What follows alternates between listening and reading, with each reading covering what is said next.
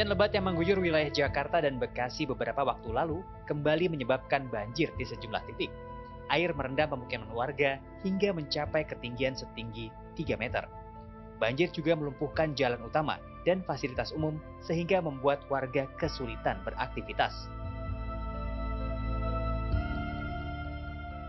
Fakta di lapangan menunjukkan bahwa banjir adalah buah dari buruknya sistem pengelolaan air hujan.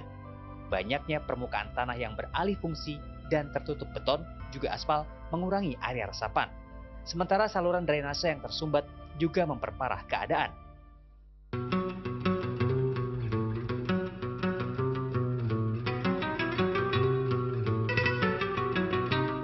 Di sisi lain, air hujan sejatinya adalah sumber air murni yang dapat dimanfaatkan jika dikelola dengan baik. Seperti yang dilakukan oleh pesantren Arisalah di Kabupaten Bogor, Jawa Barat, yang berhasil menampung dan memanfaatkan air hujan untuk kebutuhan sehari-hari. Apalagi, pesantren ini terletak di wilayah yang memiliki permasalahan kualitas dan kuantitas air bersih. Yang pertama, yaitu untuk konsumsi santri tentunya. Selain itu juga untuk kebutuhan mandi dan air wudhu, kita juga menggunakan air hujan ini. Pemanfaatan air hujan di pesantren ini bahkan telah menghemat anggaran pembelian air hingga 70% setiap hari. Para santri pun kini terbiasa menggunakan air hujan sebagai air bersih dan air minum sejak 1 tahun terakhir. Enak, segar. Ini kayak lebih segar gitu, kayak yang air dimasukin kulkas tapi enggak. Pemanfaatan air hujan juga menjadi media edukasi antar santri. Para santri juga mempelajari bagaimana memastikan air hujan yang akan mereka konsumsi bersih dan aman. Sebelum diminum, air hujan diendapkan, diproses dengan alat khusus sehingga dapat memenuhi standar kualitas air minum. Nah, cara mengetahui air ini hujan aman dan terjamin keamanannya, itu menggunakan alat TDS, Pak. TDS itu adalah Total Dissolved Solids, biasanya untuk mengetahui jumlah kandungan zat padat dalam air. Coba kita ukur. Jadi saya ukur ya, Pak. Oke, TDS di air hujan ini angkanya 5.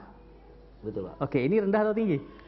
Itu rendah, Pak. Rendah, Ya. jadi memang kalau yang umum, biasanya memang air minum atau yang layak dikonsumsi, TDS atau kandungan zat padat dalam air itu di bawah 50 atau di bawah 100. Ini di bawah 10 bahkan ya, jadi aman ya buat diminum ya. Namun tidak semua upaya pengelolaan air hujan berjalan sukses. Di Jakarta misalnya, Kampung Gembira Gembrong yang memiliki konsep zero runoff dengan menerapkan sistem resapan air hujan ternyata belum efektif. Ternyata tidak semua niat baik bisa berujung manis, seperti di Kampung Gembira Gembrong, Jakarta Timur ini, yang awalnya punya konsep menarik, yaitu menyimpan air hujan ke dalam sumur resapan, tetapi ternyata membutuhkan evaluasi.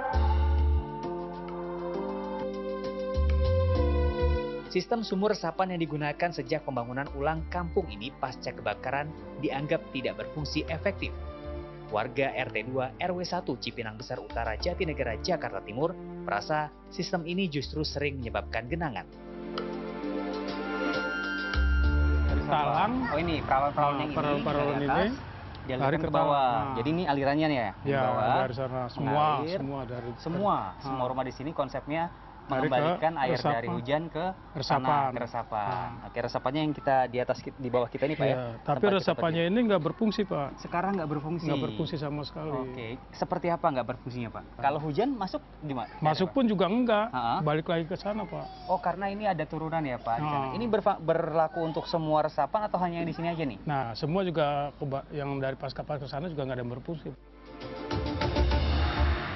Dosen Teknik Lingkungan Universitas Indonesia sekaligus ahli tata kelola air, Firdaus Ali, menerapkan konsep pengelolaan air hujan di rumahnya. Dengan sistem lubang resapan dan pemanfaatan air kotor dan limbah rumah tangga, ia memastikan tidak ada setetes air yang terbuang ke selokan, melainkan mengembalikannya ke dalam tanah. Menurut Firdaus Ali, siklus hidrologi air harus dikembalikan haknya agar kelak air menjadi sumber kehidupan, bukan krisis, bahkan bencana.